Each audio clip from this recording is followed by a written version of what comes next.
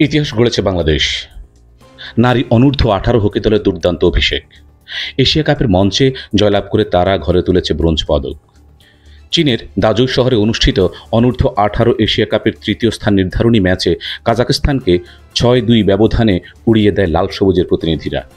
ম্যাচের শুরুতে অবশ্য পিছিয়ে পড়ে বাংলাদেশ। নবম মিনিটে পেনাল্টি কর্নার থেকে গোল করে এগিয়ে যায় কাজাখস্তান। কিন্তু ম্যাচে ফিরে আসার গল্পটা লিখেছেন ইরিন আক্তার রিয়া। 12 ও 18তম মিনিটে পরপর দুইটি পেনাল্টি স্ট্রোক থেকে গোল করে বাংলাদেশকে সমতায় ফেরান তিনি। এরপর 20তম মিনিটে একটি ফিল্ড গোল করে পূর্ণ করেন তার ব্যক্তিগত হ্যাট্রিক। 35তম মিনিটে শেরিকা রিমন পেনাল্টি কর্নার থেকে করেন চতুর্থ গোল। এরপর 50তম মিনিটে কনা আক্তার এবং শেষ কোয়ার্টারে রিয়াসা ঋষির গোলে পূর্ণ হয় বাংলাদেশ দলের গোল উৎসব। শেষ বাঁশি বাজার ঠিক আগে একটি গোল পরিশোধ করে কাজাখস্তান।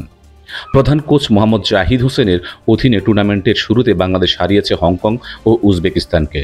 যদিও জাপান ও চীনের বিপক্ষে বড় ব্যবধানে হেরেছিল দলটি।